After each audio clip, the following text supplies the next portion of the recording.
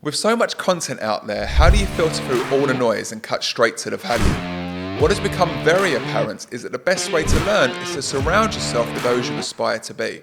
But you can't just watch what they do. At some point, you have to turn it into an action. Knowledge isn't power.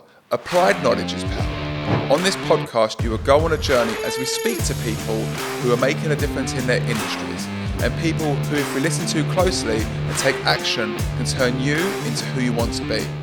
My name is Mark Sclair, and this is Your Turning Point. Do you regret going to university? No, absolutely not. No. It gives you essential skill. I took it upon myself to educate myself on the technical side of things. I believe it's very important to enjoy your life. You only get one crack at it. As a sales guy, you've got to invest in yourself. You have to make the leap from relationship, the fun person that that enjoys being on the phone and having conversations, to knowledgeable. Understand what your company does and the value it brings. That's when you get good at selling. You pick up on the tonalities and how you place your hands and everything, and you reassure them that. And so many sales, they're just surface level in that. On the show today is someone I've known since 2009. Someone who today is going to share some real knowledge about building a career, but also being part of a business that got acquired for $50 million US. And he also was earning a percentage share of this. He is on this show because he has some real insights into rising up the ranks, transferring from sales to a technical director, and has a mindset and a knowledge we should all look to reach. With his straight talking and no BS attitude, he can be ruthless, but he himself says he has learned to be more understanding, and that has allowed him to excel.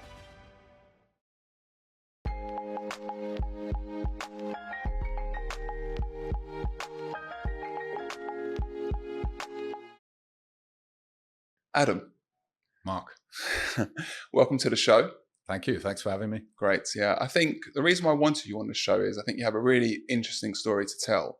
And I want to share that with the community about building a career. Mm-hmm. So if you can just start us off briefly, like what you've done in the previous time and what brings you here today. Yeah, perfect. So to introduce myself, I'm Adam Wolf. I'm 42 years old. I'm from the UK. I've been in Dubai since 2009. The journey that brought me here really centered around when I left university, 2004. I left with a master's degree in nutrition. Oh yeah, mainly because I did an undergraduate and I got a 2-2, and I thought, you know what, for 3 years worth of investment, maybe I'd do an extra year and try and get a master's degree. Yeah, I was never very good at exams, but I was good at writing long form. So the master's was all long form. So I did that. I completed it in a year. They give you up to 7 years, but I just focused on it and got it done. And I got a first class honors degree, and I was like, I left university thinking, wow, the world's my oyster. And the reality is, when I actually got out there and started looking at what's in the market, what jobs are available, there was very little that would actually compensate me. I had debt from going to university. There was very little that would actually, give me what I thought was a meaningful career. So then I started looking around, and that led me into sales. I went to a fantastic recruitment company in Cheshire. They're called Pareto Law. Okay. The 80-20 rule, right? We all know that one. I went to those guys. They did a very intensive day-long sales session where they had like 30 grads in a room, and then they basically picked, I think, 3 of us, and then we had literally interviews that evening. So I left there and went straight to the interviews. And the gentleman at the time, he said, what field are you interested in? And I said, well, where can I make the most money? And in 2004, he said, unequivocally, IT. So that's where the journey started. And then I got 3 job offers from those interviews. I selected a company called A&S Group in Manchester, mainly because they were, a growing business, and I could see that I would have access to the senior management there. I wouldn't just be like an also ran. They were kind of young, dynamic guys, and it sort of resonated with me that, this would be a good opportunity. I worked there for close to 5 years, and then the opportunity to come to Dubai came up in 2009. And the major driver was, not just to kind of change my life and get out of Manchester, but I came to Dubai and I met with the owner of the business at the time, which was called BIOS Middle East. And, I said to him, listen, I'm really excited about the opportunity to come and work here, Yeah. but I'd like an opportunity to earn some sweat equity because, I've got a little bit of cash that I managed to save from the UK, but, Yeah. I'm never going to be an entrepreneur, but I'd like the opportunity to materially invest my time and energy into something and get something in return. I wanted to be rewarded for that long-term investment.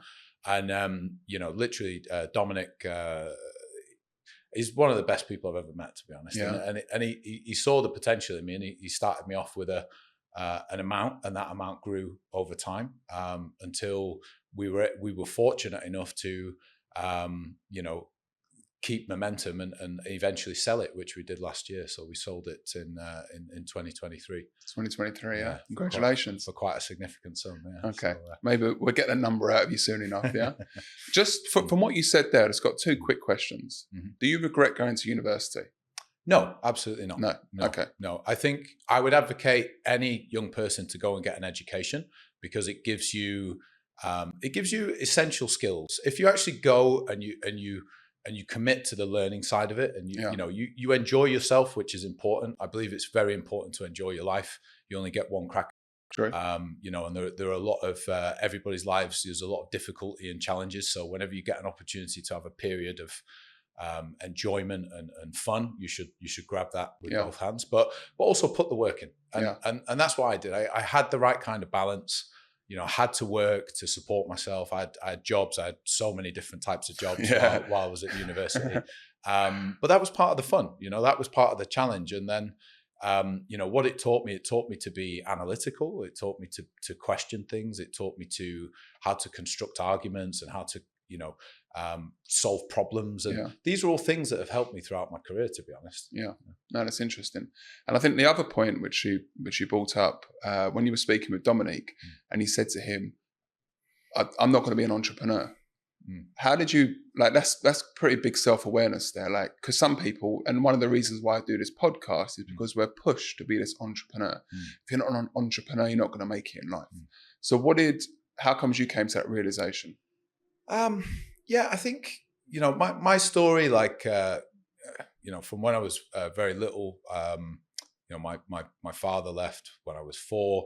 My mum got really sick when I was 16. So I did a lot of growing up at a young age. Yeah. And as part of that, you get a lot of self-realization. You understand who you are, what your capabilities are, what your likes and your dislikes are. And I like a balance, right? Okay. I like a balance between putting hard work in and getting the enjoyment, and being able to reward myself. And being an entrepreneur is difficult because the buck stops with you. One of the reasons why our business works so well is because Dominic bared all of that stress, chasing cash, chasing payments, making sure we can pay salaries every month. I didn't have to deal with that, which freed me up to focus on what I was very good at, which was problem solving, sales, building products, building solutions. Like that, that I knew from the get-go was not a life that I wanted for myself. I'd rather hitch myself to somebody that's already on that path and add value and demonstrate value and, hopefully be rewarded, which, in my case, it paid dividends. Yeah. Yeah. So I think it's like a mentor-mentee. Yeah. And it's interesting because I had an interview with someone last week, and it's like, what makes somebody coachable?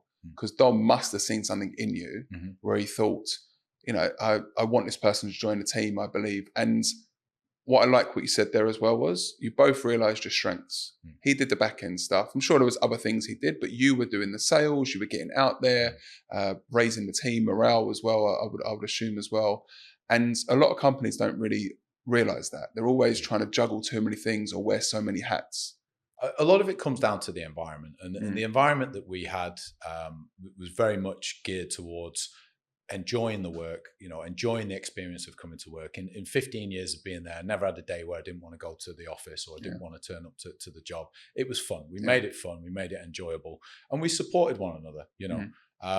I can honestly say that, in 15 years, we never had a serious disagreement about anything because there was always a way to resolve differences or matters of opinion. It was never this is my business and you fall in line type of attitude. And that just made you want to contribute more. And we had, a lot of other fantastic people that were part of the journey as well. Chris, the sales director, is a very good friend of mine as well. Phenomenal sales guy. Really gelled well. He's like an Egyptian Canadian guy. Obviously very different from me from being British, but it just worked. It clicked. Our finance and ops director, Simi, is an Indian national. Brilliant. Again, just dedicated, fantastic at a job. Aggressive when she needed to be, like the right kind of mix, and it all just came together in a nice melting pot that gave us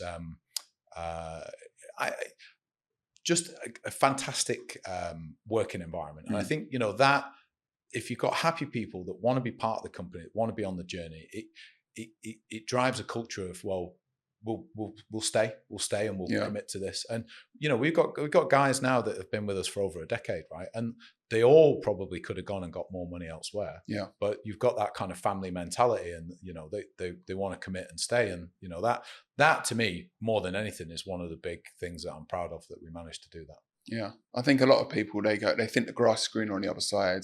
There's a little bit more money, and then they get there and they realize, actually, like, I loved where I was, and even if it is less money, I wish I could go back now. Yeah. And I mean, money's important, right? Yeah. It's why we do it. And we should never understate the value of being able to get paid more. But it's a balance, right? We had one guy who left. He went to a major vendor because they were going to pay him about 100,000 dirhams a year, more than we could afford to. And he was miserable. He hated it, hated the culture there. Didn't like the work, didn't like the hours and the expectations that were placed upon him. And 18 months later, he joined back. We'd grown enough that we could afford him to come back at that point. Yeah, but that's the those are the things that I hold dear. Really, that's what's important to me. About the whole journey, is that we built something that's a real like a home, like a second home.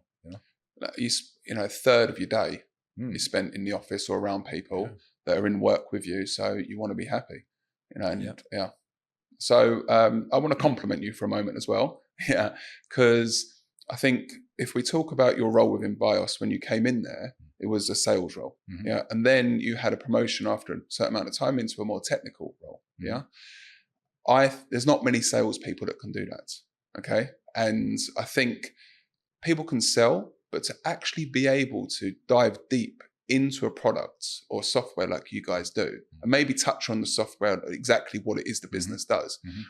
But everyone can kind of speak surface level. But when you're sat with a client and they need to feel that they're in a room with an expert, a salesperson can articulate it to a surface level, but you actually dive deep and get them feeling that I'm in a room with somebody that I should listen to. So I think it's really good for the audience to understand how you go about that, and how challenging was it really, or did it come naturally?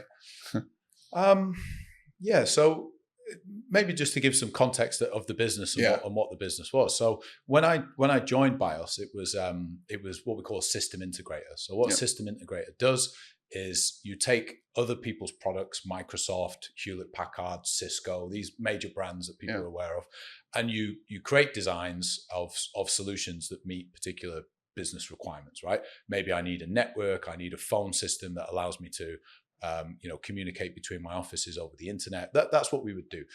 What we recognized was, though, that we were a small fish in a big pond, right? In that particular business, because you've got huge companies in the UAE and in the Middle East, and it was very, very difficult to actually grow the business doing that. So what we started looking for was avenues where we could create recurring revenue products, because every organization on the planet seeks recurring revenue. The highest value businesses are the ones that have recurring revenue. Very true.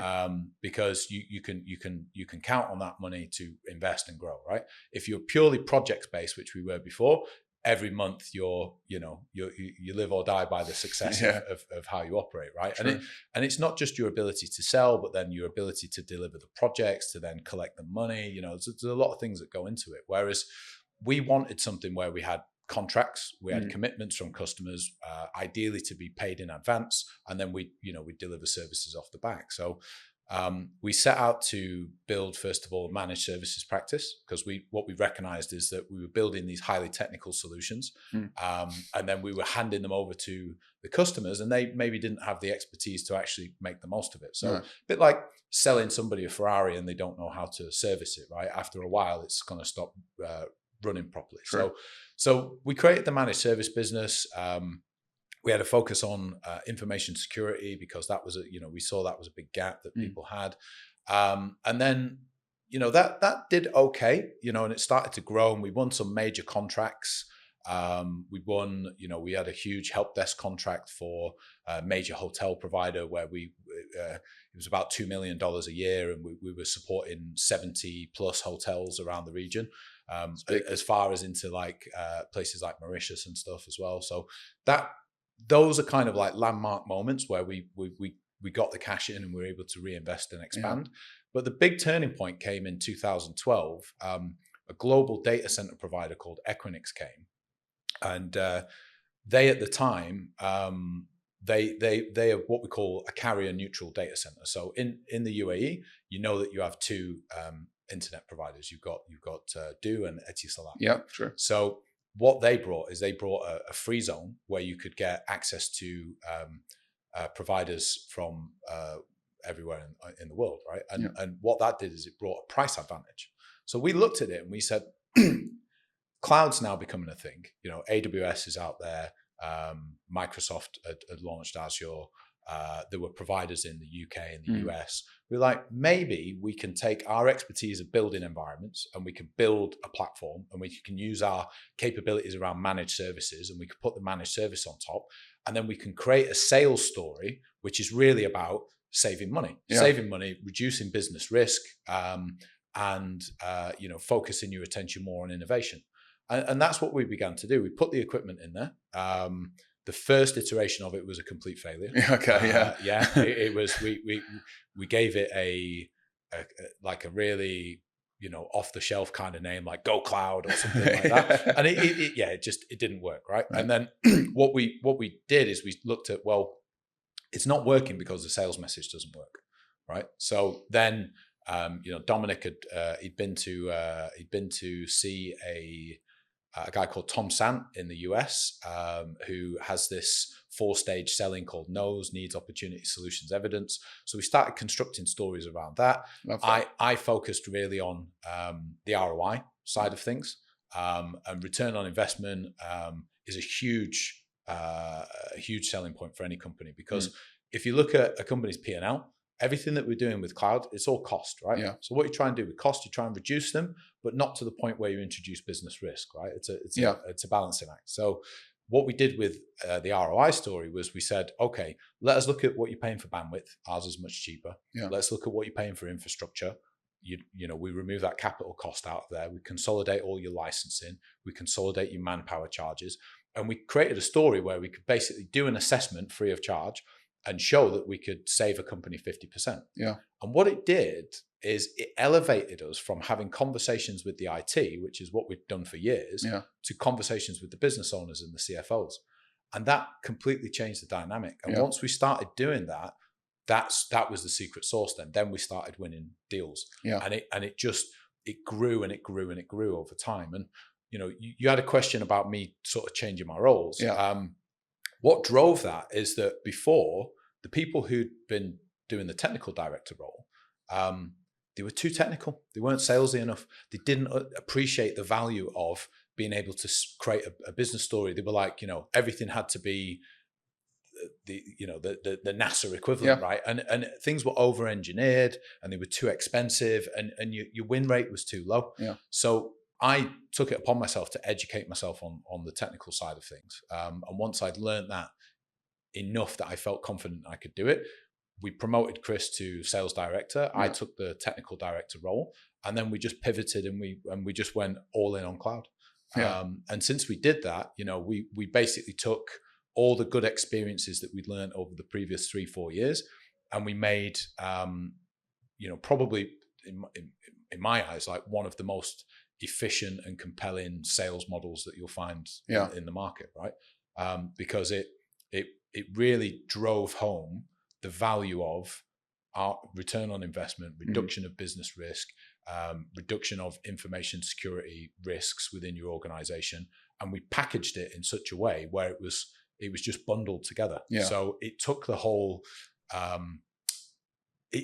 in IT, you get people like features of products. And this is where a lot of the focus is. Yeah. We just took that off the table because what I'm selling you is I'm selling you an SLA, I'm selling you a business service, right? Yeah. You don't go to the car mechanic and specify like what tools he's going to use or what type of engine, or you go there and you pay the money for a service, right? And you get your car back and it's in working order. We took that approach, and that enabled us actually then to put more money into hiring salespeople and less money into hiring consultants and other people that traditionally you needed, to support that kind of business model because everything was highly technical. And we productized it. We productized cloud, and we got it to the point where we could actually go out there and acquire like really big customers. Like over the years, I've customers like PwC. Yeah. I've hosted PwC on our cloud for almost a decade now. The Federal Tax Authority's VAT refund system that runs in all the airports for Planet Payment runs on our cloud. And what would you say your difference was there then? Because they were using another service before, yeah. So you've gone in, you've done your presentation. Like, what would you say was a differentiator there? The differentiator again, it's the sales message. It's the messages that there's always that you've got so many alternatives. However, we make it easy to say yes because everything it's ticks in boxes, right? Information security, compliance, managed services, 24/7 instant response. These are the building blocks of an IT business, right? If you're a company, you have to invest in that. So if you can take that headache away, if you can remove that and you can consolidate it into a fixed cost, that was one of the other key things that we did. We every cloud model is priced variable billing, right? And it's designed in that way because they want to drive more consumption.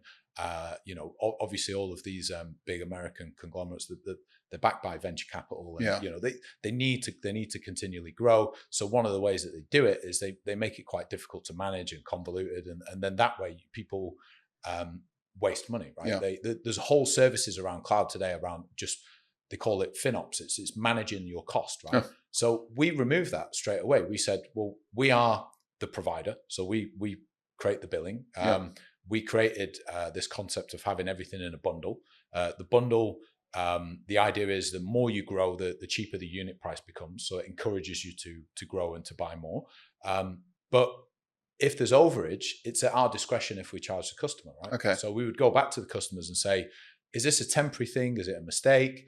Do you want to grow? It's going to impact your bill. And we would work with them to, sometimes consolidate, or maybe even because it's a good customer, we'd give them that free bit, for a period until they could adjust their budget. And just having that mindset of putting yourself in the customer's shoes and having that as part of the way that you conduct your business. We got customers that have been on our cloud for over a decade. I mean, that's just unheard of. Yeah. Especially in today's world where there's so much competition, there's so much, it's so easy to be able to change providers and move. And, even the personnel within the customer changes. New CIOs come in, new CEOs. There's so many threats to your business. But, then they get the handover from the last guy and they say, well, this is how our provider operates. They're really on our side, and that carries a lot of weight. Yeah. It's just a simple checking in with somebody. Like some companies, they just would have sent them another bill. There's the overusage. You've got to pay that now, But you're looking at long run. You're looking at relationship, and just on a couple of points that you raised there as well. Technical people being too technical. There's that phrase, techno-babble. We come out of all these acronyms, these abbreviations, and we think we're sat with somebody that might even understand those, but sometimes they don't. And they won't admit that they don't understand it either. So you've done all your homework, you've researched about all these new words and everything, and you've lost the person because they're not going to say, hey, can you repeat that back to me?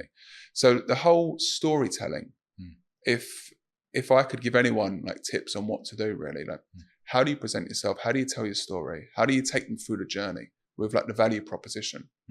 And like you said, there's so many companies that are doing what you do. And to have something where they've been with them for 10 years, because I'm sure every week they're getting approached by another company. Yeah. And it's interesting because in the business that you're in, and I want to go back because you said about IT was your main business people that you went with first of all, okay, and then all of a sudden you're dealing with the business owners. Now, what I tend to find is there's IT people that they're scared because they could choose the big names like Oracle, SAP, all these market leaders, and it gives them that reassurance that nothing's really going to go wrong. Yeah, so it's a risk they're taking. So I think it's important. How are you able to kind of reassure them that everything was going to be okay? Because it's not just about turning up with confidence, going, we're going to do this, this, and this. You have to build trust. Absolutely. Yeah. Absolutely. So I think the idea of being able to build trust with a customer, a lot of it from us, it came from demonstrating that we understand the customer's business, right? So simple thing. Simple thing, right? I know, yeah. It sounds so simple, but a lot of salespeople fall down because they don't take the time to actually understand, the customer's challenges, their pain points. They don't actually align themselves with the needs of the customer. They very much focus on their products and the value of their products. Whereas, we had an existing customer base, and we said, if we build this, if we offer it to That's you, great. Does this help you? Does this address your needs? And 8 times out of 10, the answer was yes. These are real problems and challenges that I face today.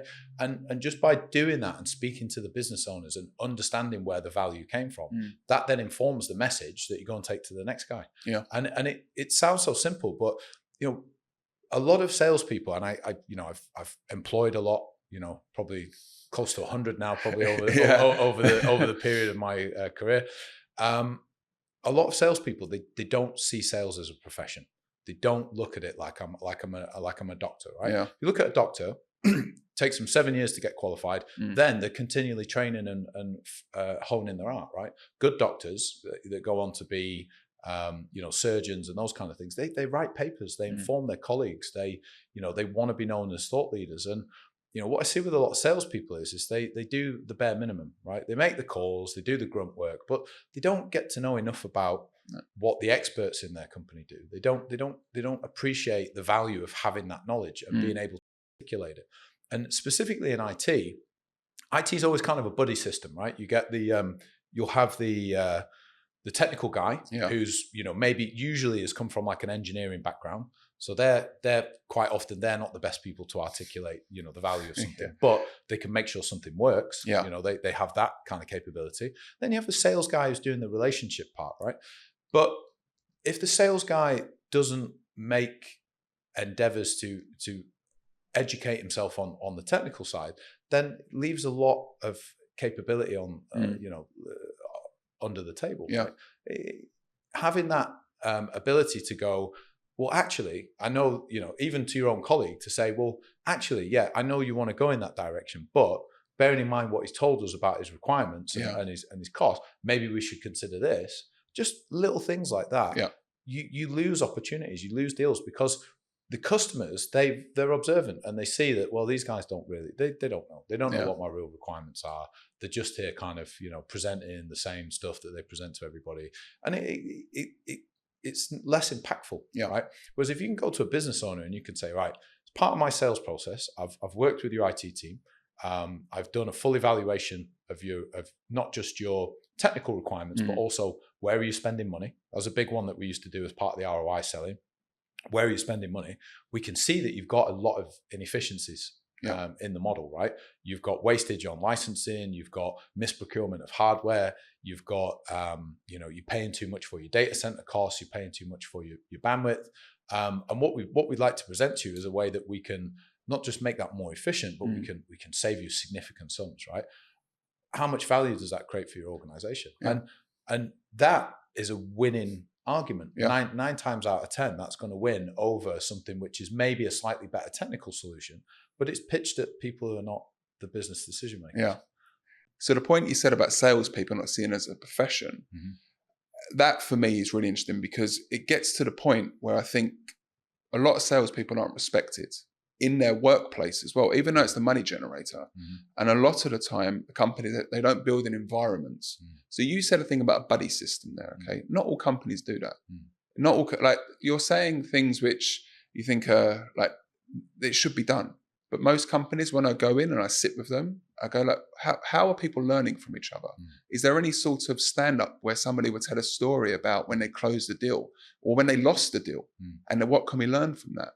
And you're so right. When you sit on a call and you're having a discovery call and you've got a salesperson, all they're doing is they're asking questions. Okay, what current system are you using? What problems are you facing? It's like a checklist, okay? And then what they do is they're so reliant on a technical person, they give them the spreadsheet or they give them the question sheet and they go, yours to deal with now.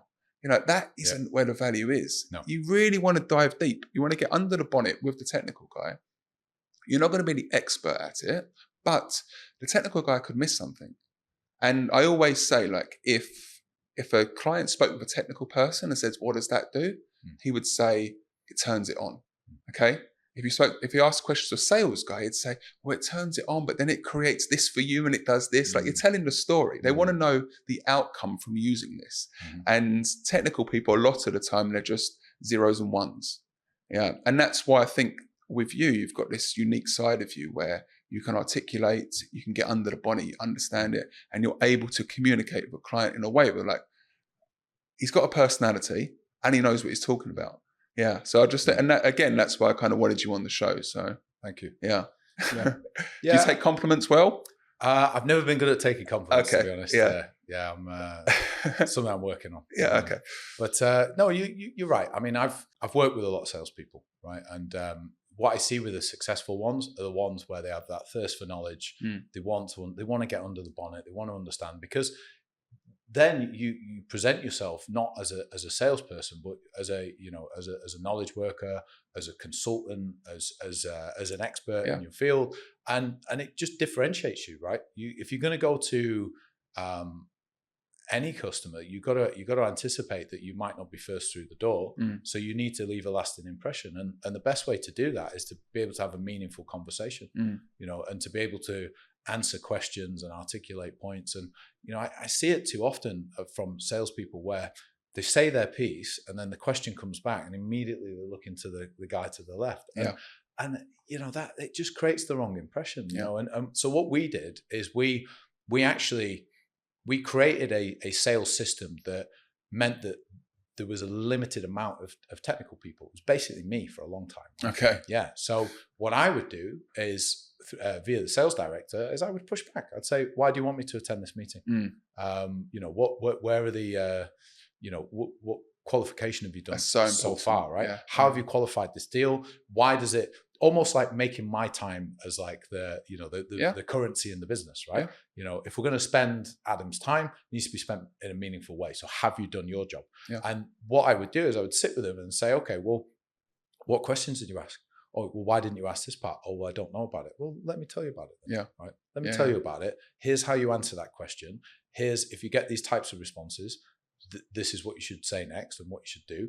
If you get stuck, don't go into your shell. Just say, sorry, this is a little bit out of my area of expertise, but I've made a note of it. I'll come back to you in the next meeting. And importantly, whenever you go and you have an interaction with somebody, create the next steps, right? Don't just leave it. So what we did is we made that through the sales process. We made these various touch points from the cold call, let me come and meet you. Let me come and have an initial, 30-minute, like, get to know you sort of chat, and tell them what the sales process is, right? So it was one of the things that we were very big on is, this is how I'm going to engage with you, Mr. Customer. Yeah. I have a highly structured way of how we run our sales, which means that the quality of the end proposal is exactly what you need. So we would go, we would talk to them about doing an information gathering exercise. We'd run tools and utilities on their platform, which would inform us of the technical setup. We'd engage with their financial team to understand like where they're spending money. So we'd make that investment off our own back. Over time, we got very good at it. So it would be very low cost of delivery and it'd be very easy to do. We even got to the point where we can get the customer to provide a lot of the information directly themselves. But to the business owner, we've gone and that's an investment, right? That's the first thing that we've done. The next thing, value. Massive, huge perception of value, because it's relevant and accurate information from that point. So you're already from a much stronger point than your competition. Then the next thing that we would do is we'd say, okay, well, now we've got all of this information. The last thing I want to do is just give you a proposal, right? Because the minute I give you a proposal, the conversation shifts to, are you going to buy it? Yeah. Right. Whereas we wanted more engagements. We wanted 7 or 8 touch points with the customer before we give them a proposal. So then what do we then do? We came up with this concept. It came from one of the previous technical directors. He called it a pre-proposal. Okay. Pre-proposal, very simple. Yeah. Using that Tom Sant model, the nose, 4 slides. What's our understanding of your business, right? What's our understanding of the requirement? That's so important. Have we got that correct? Yeah. Right? Yeah. Have we actually got? You're so right. Have we got that correct? Yeah, right? yeah. What opportunities are we going to actually create with the solution? So what value are we going to create? The actual solution itself, and then the evidence. And the evidence was always the ROI model. Yeah. Leave them with that, right? Yeah. So it's going to cost this, Mr. Customer. It's going to cost you 60,000 dirhams a month. But when we've analyzed it, you're already paying that for your connectivity charges. Then when we add in everything that you're paying for, this headcount, this number of infrastructure and licenses and annual maintenance contracts, your equivalent bill at the moment is 160k. So it represents 100,000 dirham a month saving. Huh. What would you be able to reinvest that 1.2 million a year in? Brilliant. Right? Yeah. Innovation, or to the bottom line, improve your finances. So that became then the mantra was like, get the information, get the key stakeholders in the room, do the pre-proposal. The other thing with having that pre-proposal meeting is, if I haven't met the CFO yet, please invite your CFO. Yeah. Because I'm gonna demonstrate how we can save him money, and I need his buy-in. Right? Yeah. So it's a great tool to the point where, when it actually came to building the proposal, it's all there. So it's just, you're just taking out of that document, you're dropping it into another document, and then you're able to send it. At that point, you're not even having to chase them for the order. No. Because you're like, well, when you're ready to buy, let me know. I'll send you the proposal. Yeah. Oh, well, we're ready now. I've got internal. You're getting them asking for it. Yeah. Change the model. Yeah. And it, again, something so simple that you said there, which is, you want to understand who's involved in this process as well. And when they're looking to actually make a decision as well, I see so many salespeople, they get out of this meeting all excited. Oh, I've spoken to somebody.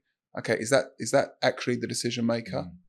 Oh, I don't know that. Okay, so who else would be involved? All right, so let's find that out. Okay, and then they come back. Okay, we've got 5 people that make the decisions. Okay, all right, well, when will they be looking to do something, a project like this? And they're like, oh, then they get back on the phone. And as we know, you keep on calling the client. Like, as I said before, they want to be reassured, but they also want to be understood.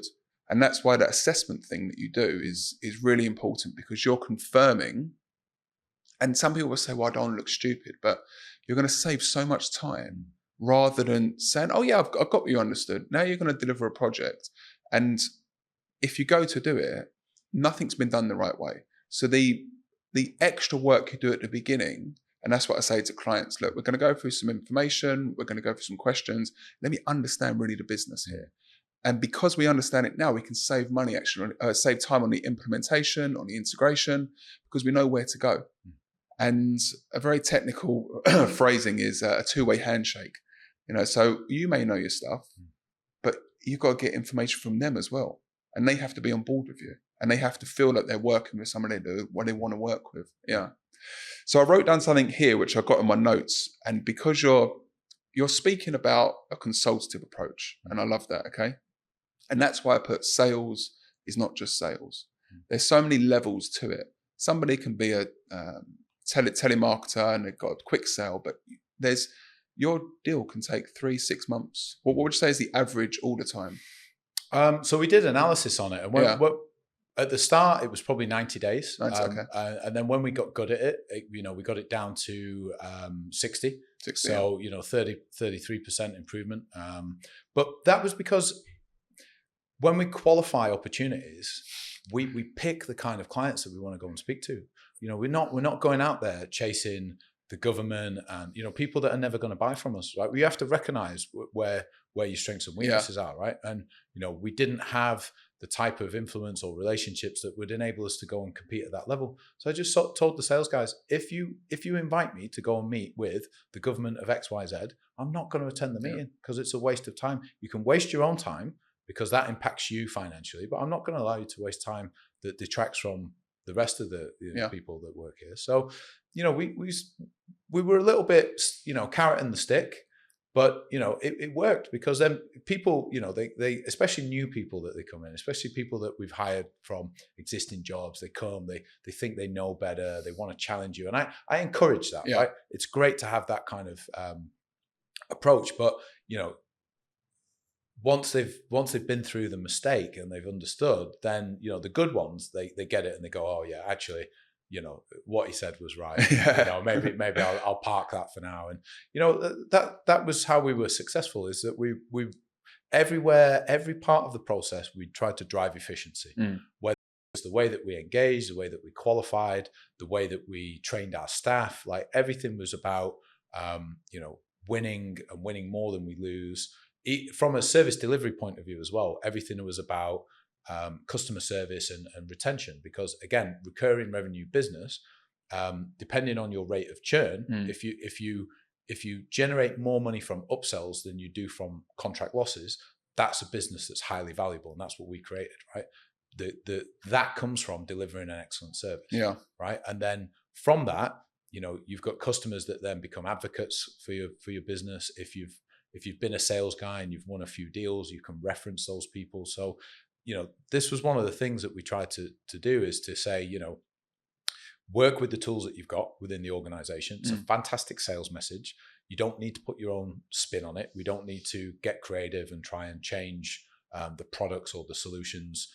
It does what it does, right? Yeah. We always said it's a bit like McDonald's, right? You don't go in McDonald's and ask for a pizza, right? You know what McDonald's does. Yeah. If you want that particular product, it's going to be delivered at the same quality wherever you go and get it. And that was kind of the approach, because with that, you can drive efficiency, and with efficiency becomes profit.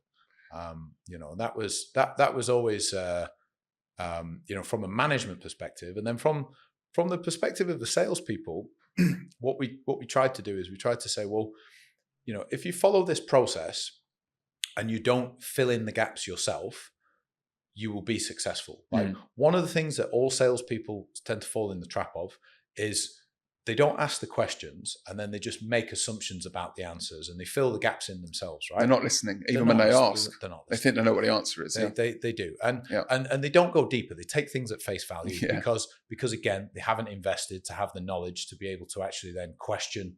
I question customers all the time. And even earlier on in my career, I would do that. I'm like, is that completely accurate? Yeah. Because, everybody, different stakeholders have different needs. And, especially if you've got IT people in there, they want to justify their position, right? They see you as a threat. You come in as a managed service provider. They 100%. like, well, that won't work for us because we do A, B, C, and 1, 2, 3. And you have to be in a position where you can say, well, actually, I'm coming here from a position of knowledge and experience where I can tell you unequivocally it will work, because you're focusing on the product, whereas in reality, it's the product, it's the implementation of that, it's the ongoing actions that you take around that product that then delivers a service back to the business. That's the important part. That's actually the net outcome of the business spending the money on this product. Yeah. Right. But salespeople, a lot of the time, they as I said before, they don't go to that level, and it makes them ineffectual. Then they are literally just shooting in the dark, right? Hoping to hit the target, right? Whereas what we wanted to try and do is be more targeted and say, we're not going to do that. We know where we're strong. We're very strong in financial services, very strong in healthcare, very strong in insurance, for example, because what did our product do? It helped with regulatory compliance, which is a major headache for a lot of these businesses, right?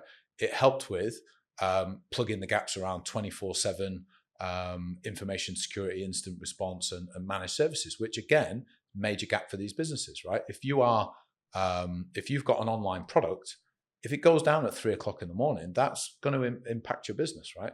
If your guys only work from 8 a.m. or whatever, then that's a 5-hour window. You're not trading, you're losing money. If it's an information security hack, that 5 hours could be critical, right? So being able to just, create something where it addresses the needs of the business and takes the conversation away from the product and what you're actually using to deliver the service, that was a real critical thing for us. Yeah, what just popped up there actually is you sat with a client and you ask a really good question, like, has there been a time when the company's been hacked? And they start opening up and they start telling you, actually, we had this and this person lost all their information, this person lost all their money. And they go, all right, okay, the next question. Like, no, Mm. like, Yeah, where's delve the deeper into that. relationship? Like, Yeah. delve deeper into that and be like, Yeah. oh, really concerning tone Mm. as well. And that's when you get good at selling. You pick up on the tonalities Mm. and how like you place your hands and everything, and you reassure them that. And so many sell, they're just surface level in that. Yeah, I'll give you a great example. go for it. This is a big part of what we do is based around information security and compliance, right? So one of the things that I'd understood very early on in the sales conversation with customers is that everybody focuses on products, right? So they buy products, they have them implemented, and then they have a comfort barrier, right? Yeah, So I would go in and I'd just tell a story of, we've had customers in the past where they've bought these products and then they've still had compromises.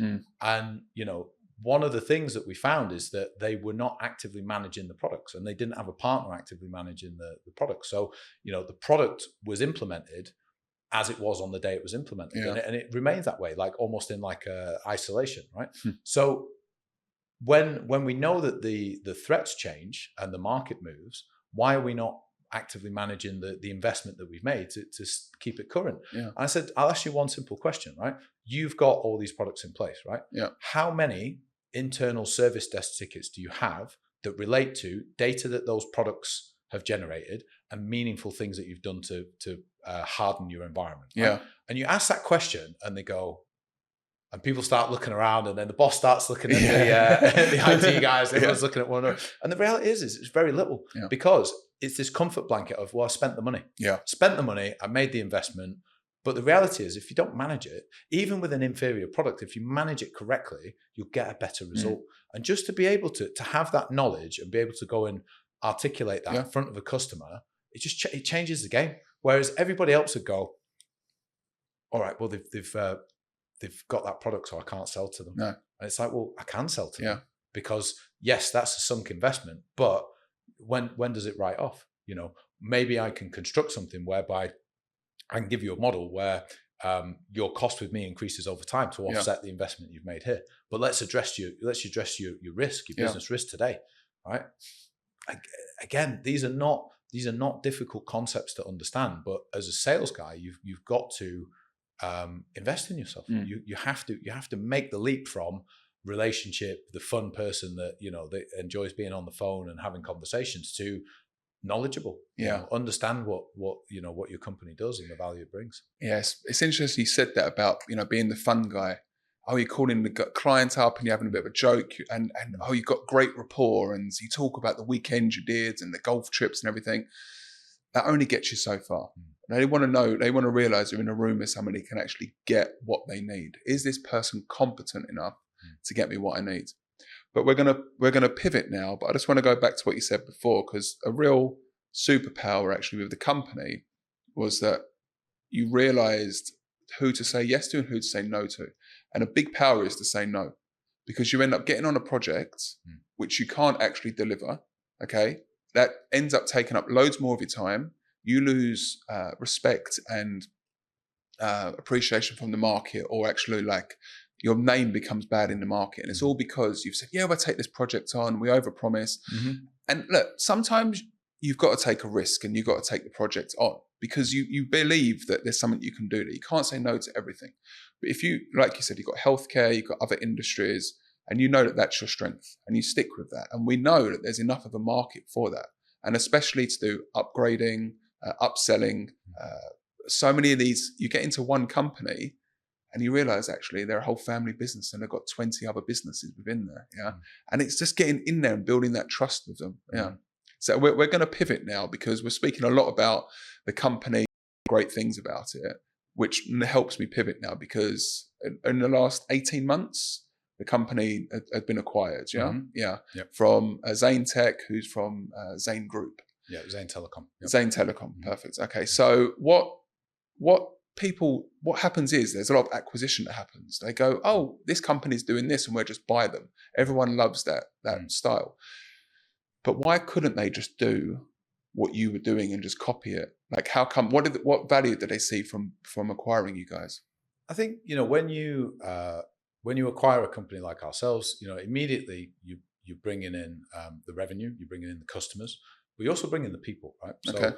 one of the hardest things I think when you're trying to grow, especially if you're growing into something that's a new market, is finding the right talent, right? And if you can buy a well-oiled machine that people, they know what their jobs are, they know what the expectations are, and you can through investment you can scale that, then that's it's a much easier choice, right? It gets you to the destination a lot faster with a lot lower risk profile. So I think, for Zane, that's why they made that investment. What they've done is they've acquired several businesses around not just cloud, but professional services, information security, DevOps. So the challenge at the moment is bringing those stories together into one unified conversation that you can have with the customer to say, okay, well, I can service more of your business now. Like before, as BIOS, we used to stop at the infrastructure level. So anything into applications, business process, adding value at that level. Sorry, guys, that's not what we do, right? So again, we never ventured into areas where we were weak because, as you say, we wanted to have a quality product that had a good name in the market, that was backed by SLAs that we would be financially bound to via our contracts. That was the model that we wanted, because we knew that would be well regarded in the market. What Zane are doing now is they're basically taking that and they're adding business intelligence, data, digital solutions. They're adding a lot more on top, right? Yeah. So now you can actually go on a much longer journey with the customer, and you can say, okay, the BIOS model, give us your infrastructure, let us manage it, let us create a more predictable, low risk environment. But from there, then the money you're saving, let's focus on innovation. Yeah. And that's now the exciting part, is now actually saying, okay, well, how do we take this legacy business and the practices that you've got and allow you to now keep pace with the competition, especially the new disruptive providers that come in, the born on the cloud providers. Yeah. Because what are they using? They're using automation, they're using AI, they're using modern ways of delivery, which are cheaper to run because they need less human beings. Yeah. They have less overheads, they're more dynamic, they're more agile, they can respond to market conditions a lot faster. So being able to take businesses that have been around for 10, 15, 20, 30, 40, 100 years and have that conversation about how you can enable them on that journey, that's what we're doing as Zane Tech, and that's what's quite exciting about the change in role now. I see the excitement in your face, actually. Yeah.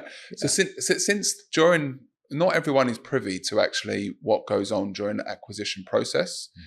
I remember I was in a company and they were getting acquired at the time. And, my director gave me this whole spiel about, stick with us and you get to get the insights and everything. But unfortunately, what happened was he'd go into a meeting and he had to sign an NDA. He couldn't tell us anything, good or bad. Yeah. So if you've been a little bit privy to it, what would you say are some good little insights to share, really, like that journey of the transitioning? So again, I also have NDAs. Okay. So there's limited things that I can say. But what I can say from our experience and what we did, Dominic and I and Simi and the team is we wanted every single thing that we committed to the buyer to be legitimate and stand up to inquiry. We made sure we were completely compliant on all of our licensing, everything to do with our vendors, that all of our contracts were correct and were healthy and didn't have any terms in there that would introduce risk.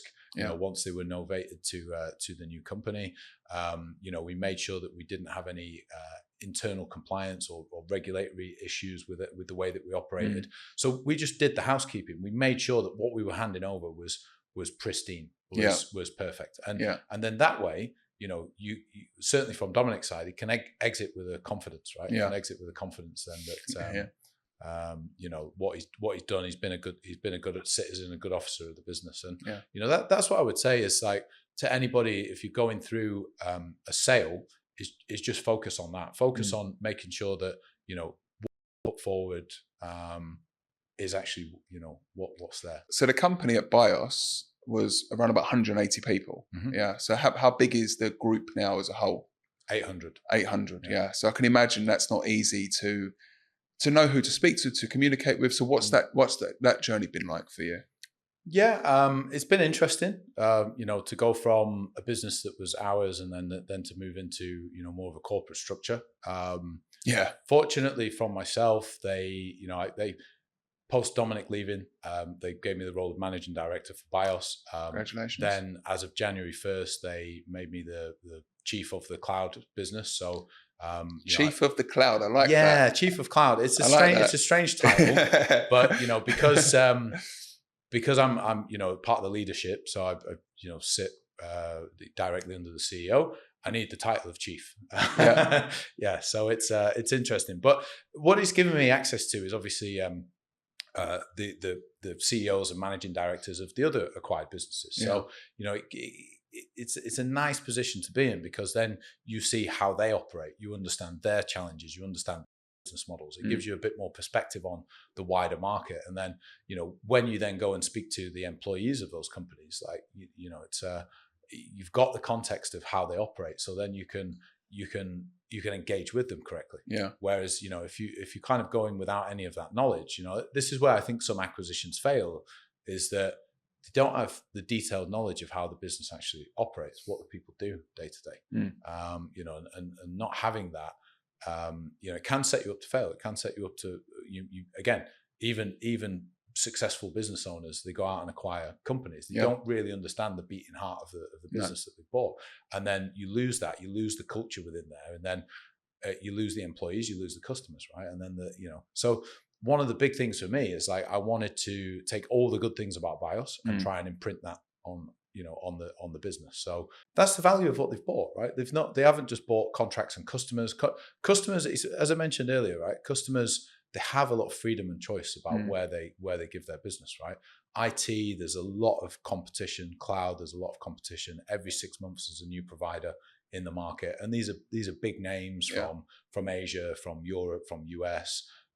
Just in the time that we've been here, we had maybe one hyperscaler competition, which was Microsoft. Now there's AWS, there's Google, there's likes of Alibaba, Tencent, all these different providers that are in the market.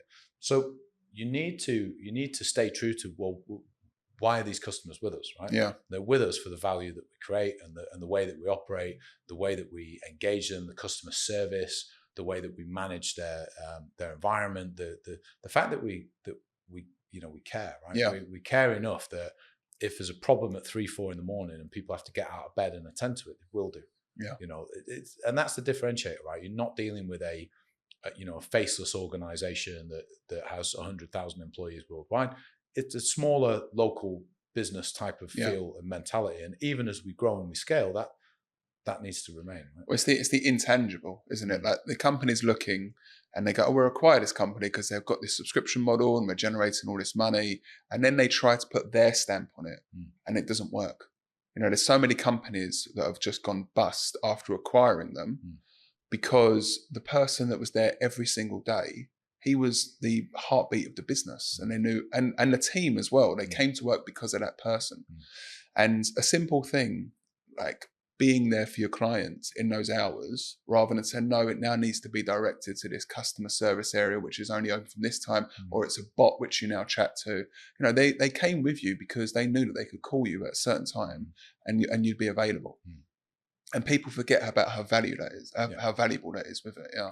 Exactly, because you start looking at the bottom line and going, okay, well, if we cut a bit here and we pull back there, then we can make X amount of extra profit. But then, you are then eating away at the soul of what made the business what it was. And, that was a big part for me.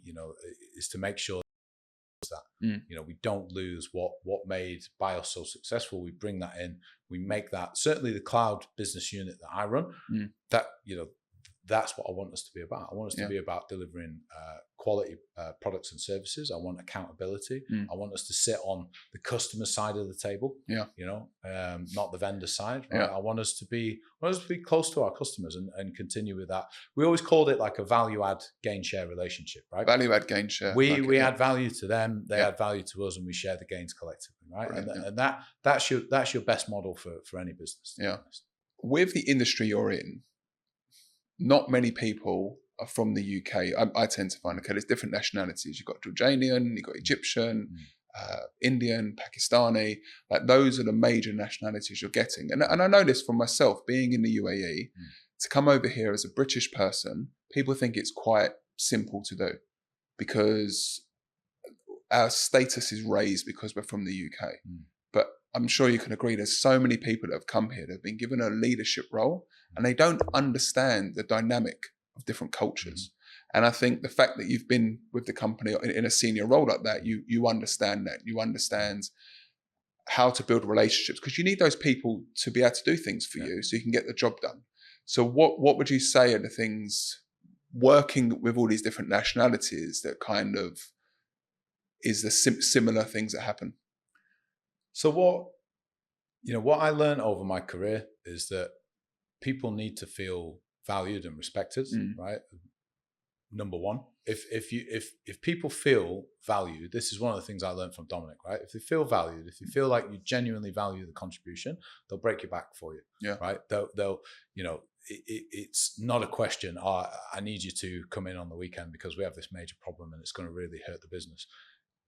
If you've treated them with respect and you give them a voice, and it can be little things like, if they're in a meeting and they say something, let them finish, let them say it and discuss the point.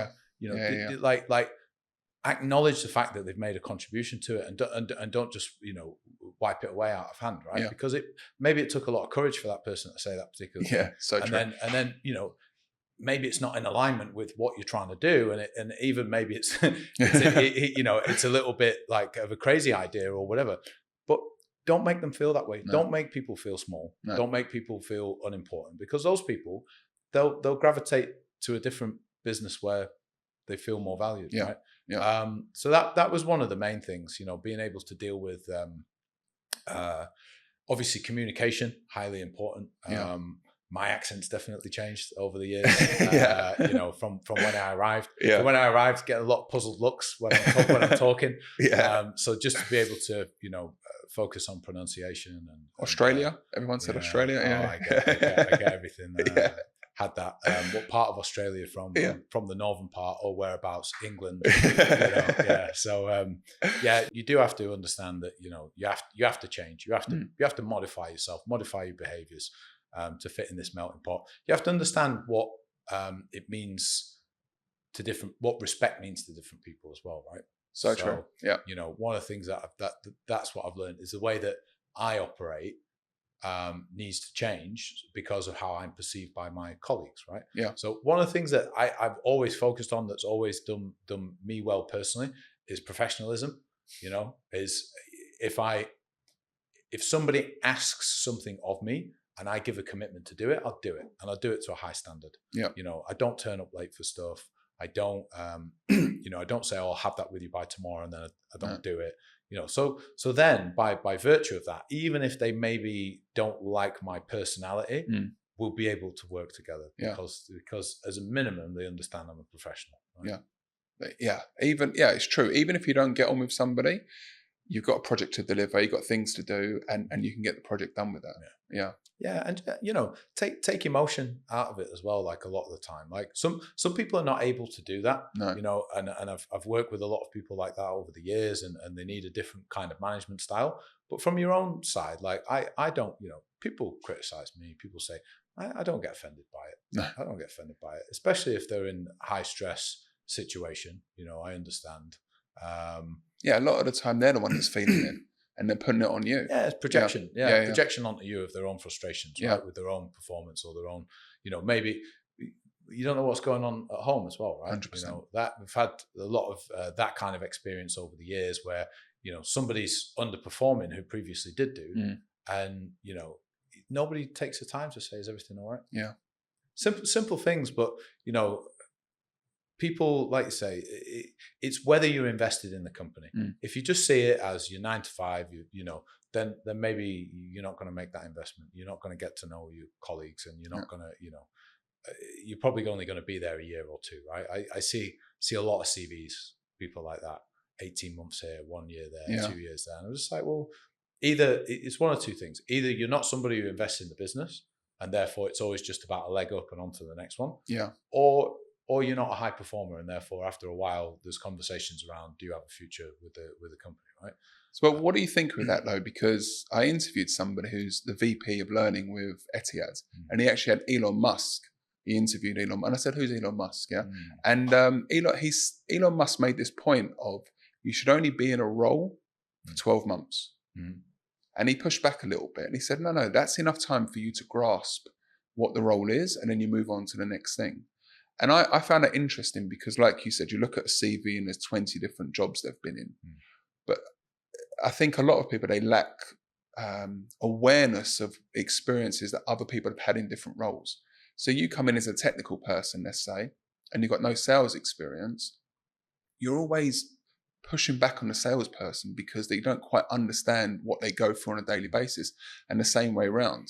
So he kind of made me think a little bit differently there. Like, I would look at that, see, I want to dive a bit deeper into that. How comes they actually left? Because, youth of today, they are jumping around. I think, like, my experience there is that if you take any employee, right, from the moment they walk through the door, the first year to say 18 months, the money you are spending on salaries as a business owner is for the benefit of the employee.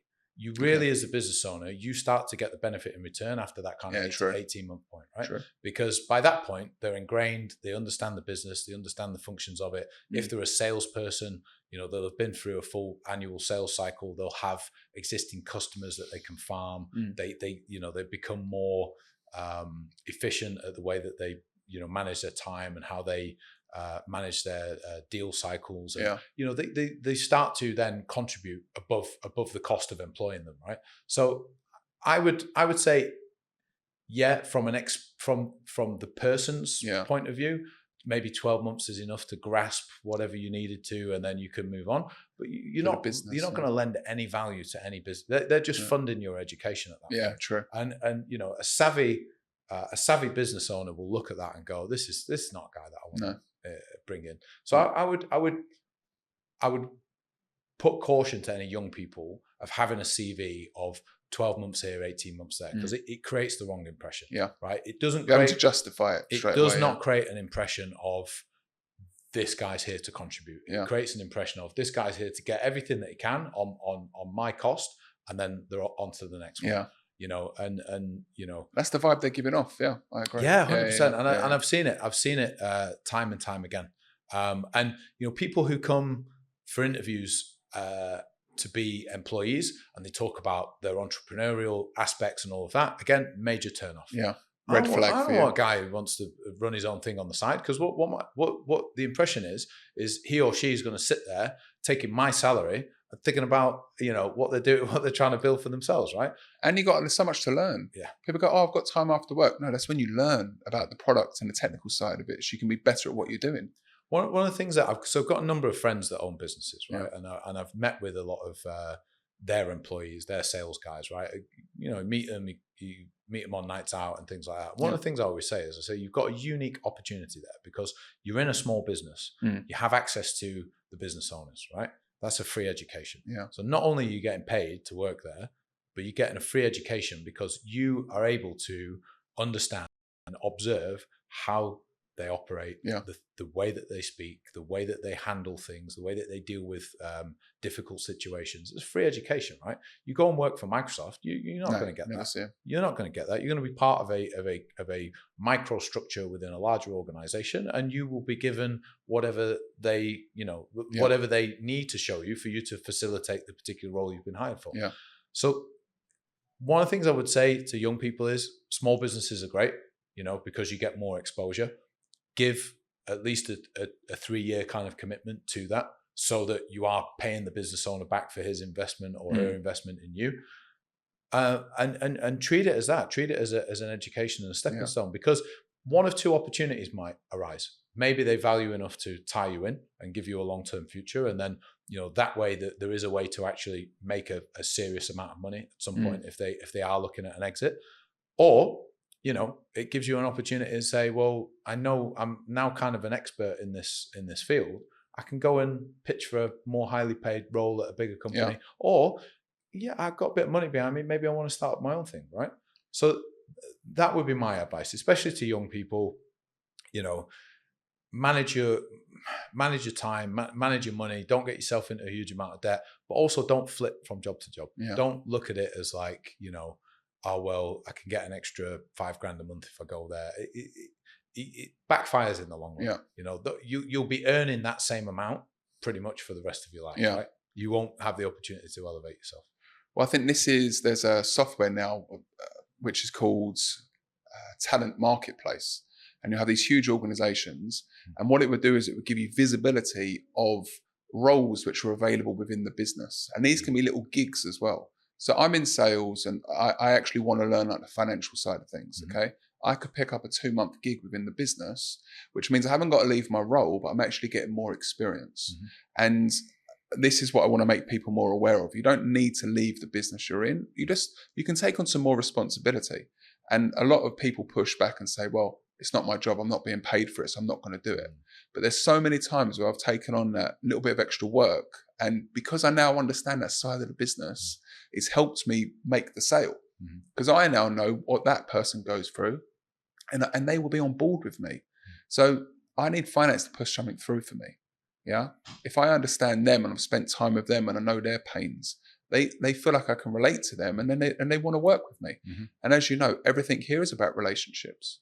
You know, you want to get anything done, you can't do it alone. You've got to have people around you, and you're the leader of the team, but you've got to have people that would drive that through and get it done for you. Yeah, 100%. Relationships are massively important.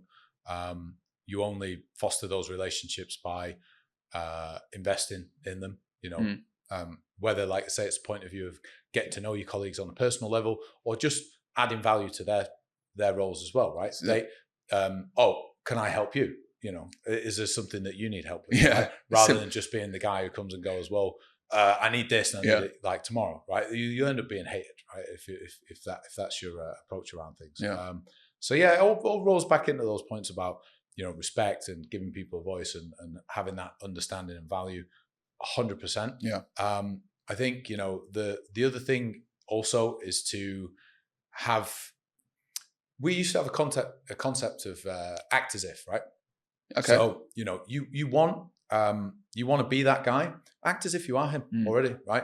Yeah, you know, you want my job. All right, well, demonstrate to me that you can do it. Demonstrate to me that you've got the knowledge and the capability. Earn it. Like I've got there's a lad called James who works for us, and he's been on a fantastic journey. He came from the UK.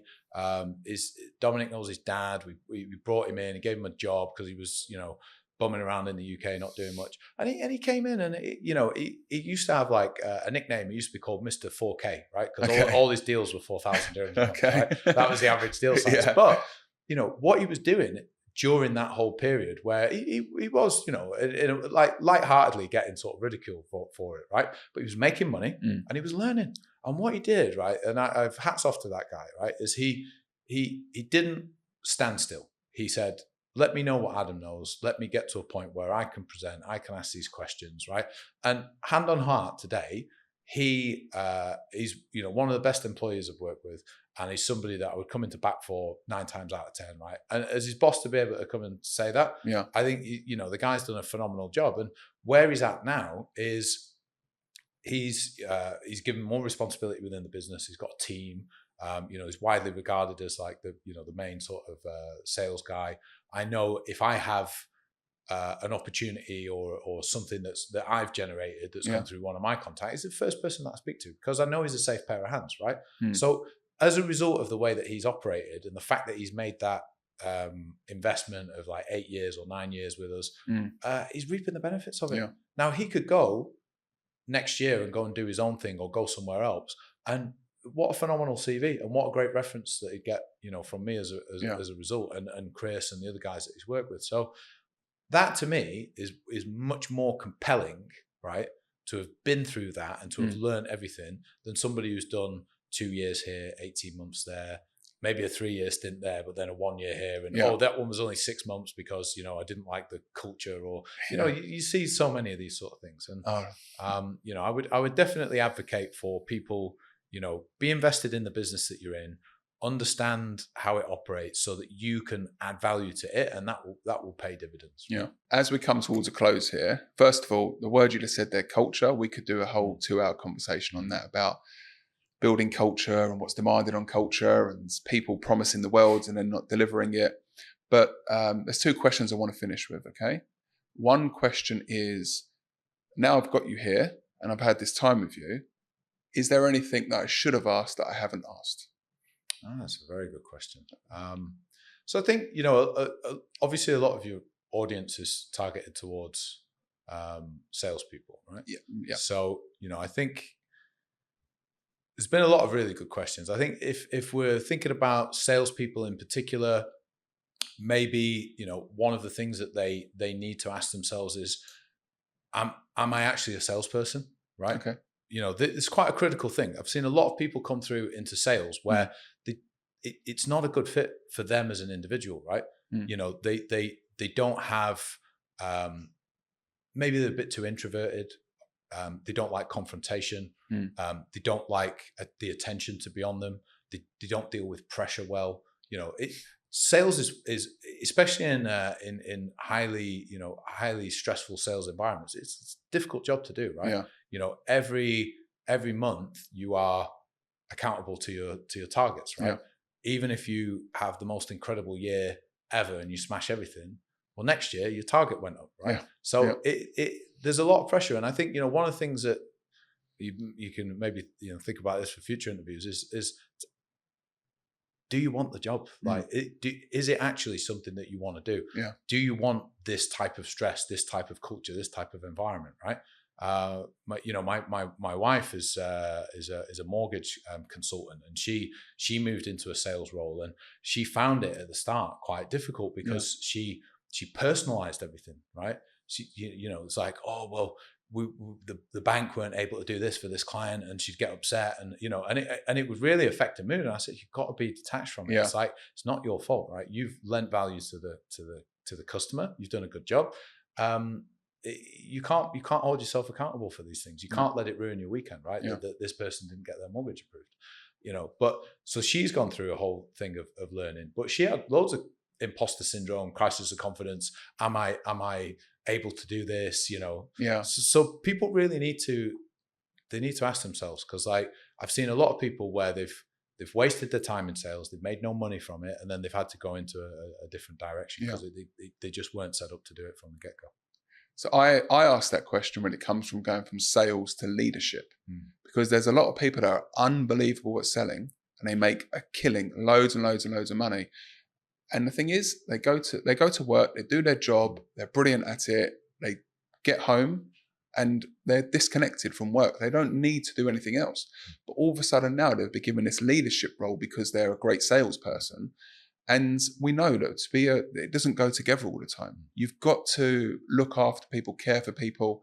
If you've got a team of 20 people, that's 20 more problems you're dealing with. And not everyone can take that. And it's interesting with your wife, there's sympathy there that she has, but the empathy is really the strength of a salesperson. It's okay, they've got this problem. All right, I'll care for them for a minute, but let's solve this problem now. Let's actually solve this problem. And they can detach themselves from the issue and be like, how can we solve this problem now? And I'm sure, and it's great because Elena, she has that caring side of her, which is a great part to have in regards to selling. But like you said, like, to get so involved in it, you have to remove yourself. And if you can remove yourself, then you can solve the problem for the client. And that's where the real value is. So for her, you're right, the empathy is a great strength because it actually drives her behavior and makes her do a great job, right? For my side, I struggled at the start once I went more into management role. Because I have incredibly high standards for myself.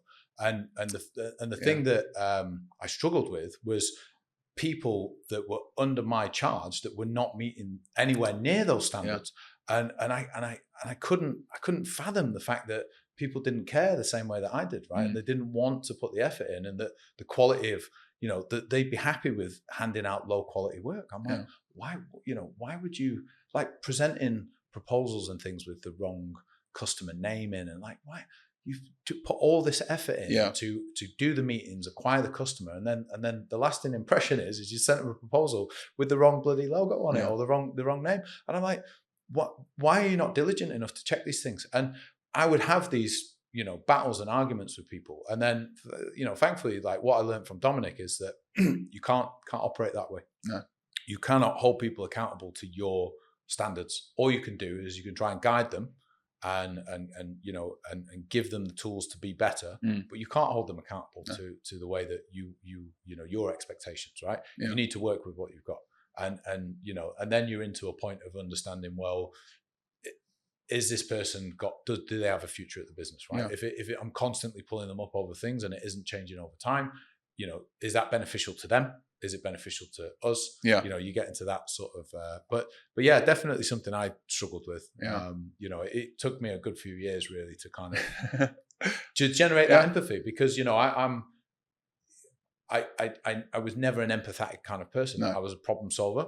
I was a highly motivated, driven individual that wanted to get stuff done. Yeah. Right. You know, get it, like, let's get it, like, let's stop procrastinating. Let's get things done. Let's get the business done. Let's work hard. Like, that's my mantra, my mindset. Right? Couldn't understand how no one else could get that. Yeah. I'm like, look at your earning potential. Like, why are you coming to the office at 10 and spend the first hour, you know, faffing around? That's 2 hours a day that you've lost. You know, I don't understand, like, the motivation. Like, why come at all if you're gonna, you know, come and do that? But then, you know, over time, you get older, you soften, you mellow, you have more experience, and you understand that, you know, you are going to have people that are like yourself. Yeah. And they're the ones that, you know, probably going to be the most high performing. You're going to have people that contribute, but they contribute to the level that they're able to contribute at. Yeah. And you also need those people as well, because, you know, there's no business in the world that's just made up of all high performing, you know, go-getters, right? You need the complete melting pot, right? Yeah. Of different, all different personalities, and it all comes together into one really good team. Yeah. So as we draw to a close now, there is one final question I have, and it's more personal to me, and it is, how could I be better as an interviewer? Good point. Well, having not seen any of your other interviews, and just being privy to this, just in this, so no, I think you've done a fantastic job. I think, like anything, I think just don't settle. You know, don't be comfortable with, oh well, I've cracked it now. You know, I know how to do it. Okay. Refine the art. Yeah. Get better at it. Be analytical. Be critical of yourself. You know, look at, you know, anything, posture. The questions that you ask, the tonality of the questions. As an interviewer, did I talk too much? Did I make it about me? You know, all of these things you've got to sit there and you've got to look at, and you know, take the feedback on board and refine the art. And over time, you know, I think there's a great one with Joe Rogan where he talks about, like, his early podcasts, and he was like, we were just pumping them out and they were garbage. Yeah. It's like, they're right, but we had fun doing it and we enjoyed it. And then over time, we refined the process to the point where he's, you know, the main guy on the planet for it now, right? So. Yeah. I would say that. Okay, I appreciate that. Just there was a question that I asked last week, actually, and I thought it's quite relevant for you now as well. Becoming a father in the last few years, what's that taught you about leadership, really? One of the main things that it's done is it's given me perspective. Okay. You know, things that I thought were important before, really not. No. You know, things that I used to let bother me, not important anymore. No. Honestly, because, you know, when you've got children and that responsibility, there are things now that you can't just let slide. You know, you can't go, oh well, I'll deal with that next week. Kids don't work like that. No. You've got to be there. You've got to be, you know, you've got to deal with things that happen, and you know, and you still have to do everything else that you used to do in your life as well. So you've got to learn balance. You got to make some concessions. You got to change to accommodate for that. You got to think about their perception of you as well. Right? Yeah, you know, that's a hugely important thing.